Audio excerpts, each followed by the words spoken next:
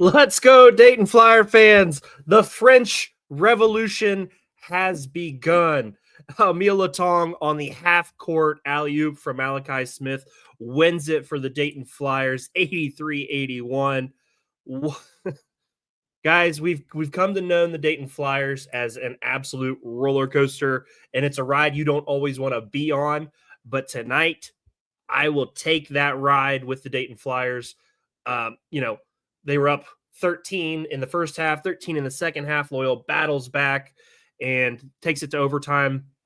Incredible individual play by Malachi Smith and by Emile Latong. After last couple games, I've been very critical of Malachi Smith's play. Let me come out and say it right off the top. Malachi Smith was really good in the second half today. He ended up with 15 points, 8 assists, only 2 turnovers, 3 rebounds. And what I thought was the most impressive was clutch free throw shooting down the stretch. He ends up 7 of 8 from the free throw line tonight, and Dayton needed all of them to pull this out. Awesome end of the game. Let's, kind of get into what the meat and potatoes of the game as it went along, because it was, I thought, there's certain little stretches there. You're like, okay, this is the Dayton team that we saw a little bit earlier in the year, but it just never, it was, possessions at a time. It was never the full-on game. But we get the re-emergence of Enoch Cheeks tonight. Enoch Cheeks, phenomenal game tonight. 6 of 9 from the three-point line, 10 of 14 overall from the field goals, 26 points, 5 steals, 1 block, 2 assists, 7 rebounds. Enoch Cheeks is back. Hopefully, that game right there, impressive stuff from Enoch Cheeks, and Dayton needed it. Dayton needed every single thing Enoch Cheeks gave him tonight. The play underneath the basket where he saves the ball off the Loyola defender's leg. The athleticism it takes to make that play is something I think only Enoch Cheeks can really do. And it just, those type of plays were huge tonight. Huge.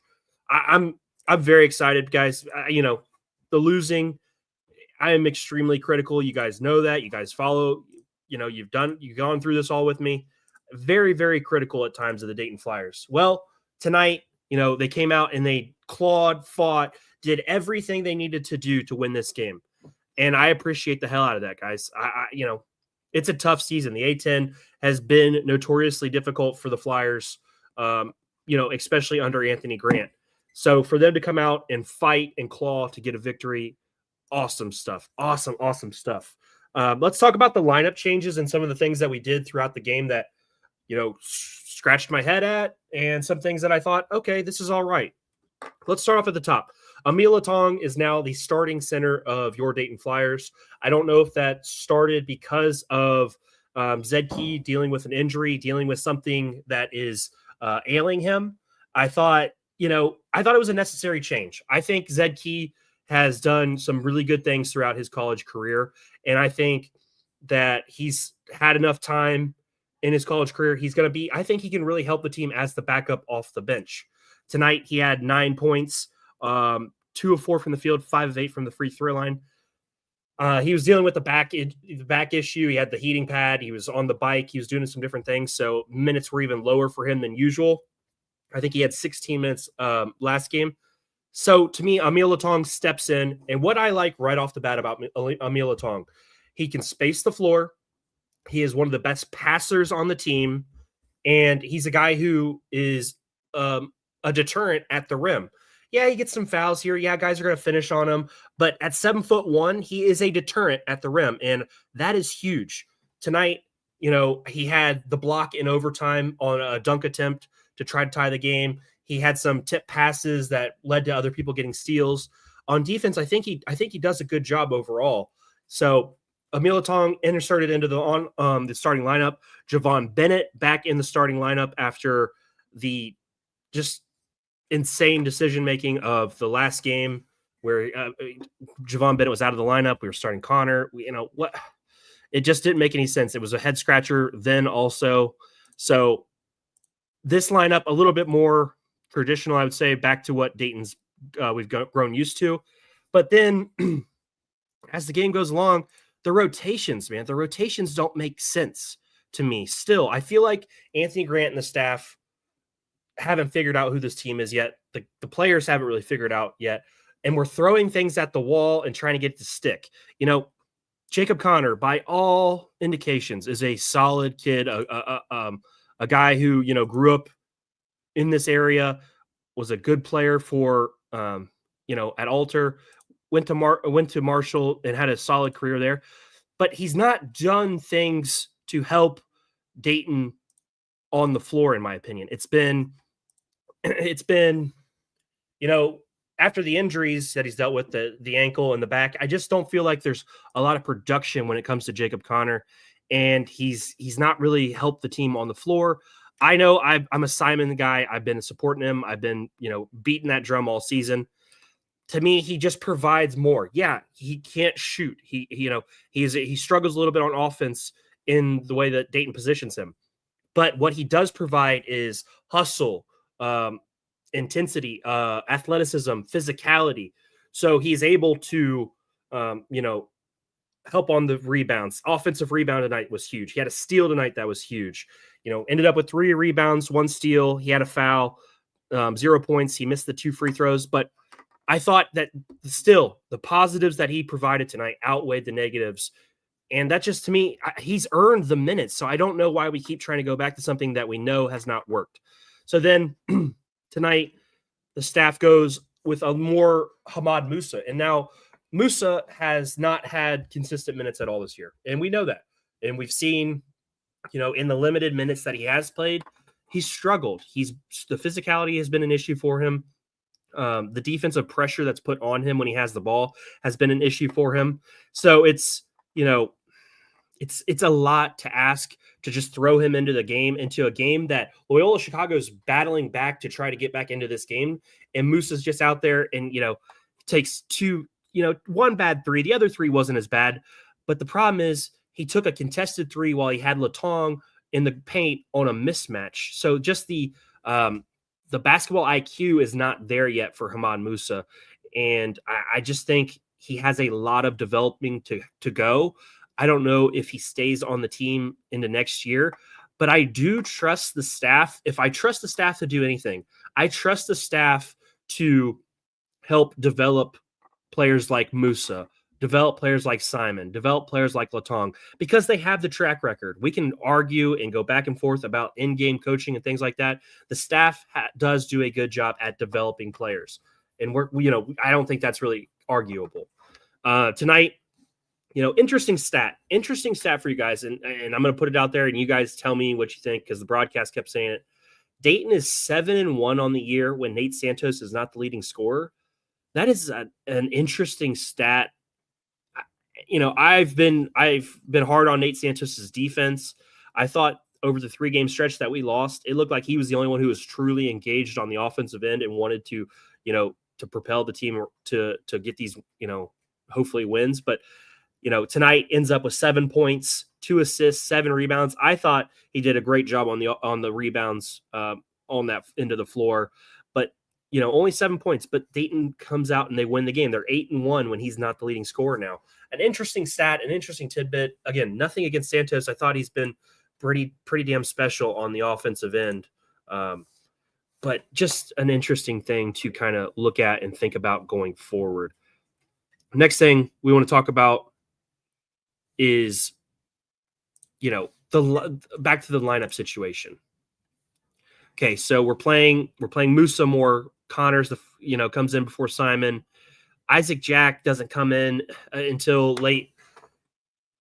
If Zed Key was dealing with an injury, and I know Zed had 9 points and he helped out some, why is Jack not coming in and helping out there? I'm just so confused on some of the rotations that we're dealing with from the staff right now that it just worries me going forward that there's nothing set in stone. We don't have our top 8 guys. We're just kind of just freewheeling right now. So to me, that was my only issue, is some of those rotations and things like that really left a lot of question marks. But Dayton gets back in the win column. They move to 12-6, 2-3 in the conference. It doesn't fix the 3-game skid. It doesn't take away from any of that stuff. They go to at Duquesne on the 21st, so that's Tuesday night. Get a win there, come back home for a game against St. Joe's. This could be hopefully a game that propels the team back into contention, because 2-3, George Mason's 5-1 in the A10, VCU's 4-1. There's a couple of teams at 4-1. Duquesne's 4-1 in the A10. That's going to be a tougher game than it probably should be, but propels you back into the mix of the A10, winning a couple games in a row. I think Dayton still has what it takes to do that. It's just, there's just been so many distractions. The team's just not been playing up to par after the Marquette game. Tonight, again, by no means was the level of play back to where it needs to be. But maybe this is a start. Maybe this is a momentum swing for the Flyers. Get him headed back into the right direction. And, that's a positive spin, hopefully. Let's see. Haywood, who's been a little bit nicer. They still suck, but we'll take it. Yeah, Haywood, for sure, we will take it. We have to. Because winning in the A10 is hard enough for Dayton as it is.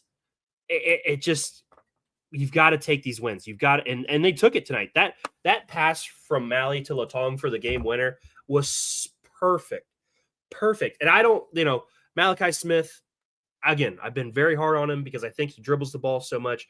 But man, when he's on with his passing, it is very, very fun to watch. Great pass to Latong, great finish for the win. Latong, like I said at the beginning, the French Revolution has begun for the Flyers. I think Latong will be our starting center, hopefully for at least the next year or two. He's that talented. And then let's talk about one thing before we get out of here. Great win tonight. Let's address some of the stuff that happened on X. Now that I've reflected on it a little bit and I've thought about some of the comments that have come back, some of the, hey, we think, we do want to know this information. Hey, let's not share that information. Going forward, I appreciate people who reach out to me and provide information about the Flyers, provide information about behind the scenes stuff. I obviously I'm going to always keep those sources to be anonymous, but I need to go about talking about these situations in a better way. I need to potentially, maybe save it until another time. I thought that the information that I was given was noteworthy and should be provided to people. At the same time, I wanted to make sure none of it had been substantiated, and there was no concrete evidence besides what I heard it from. So I do apologize to the fans that I upset.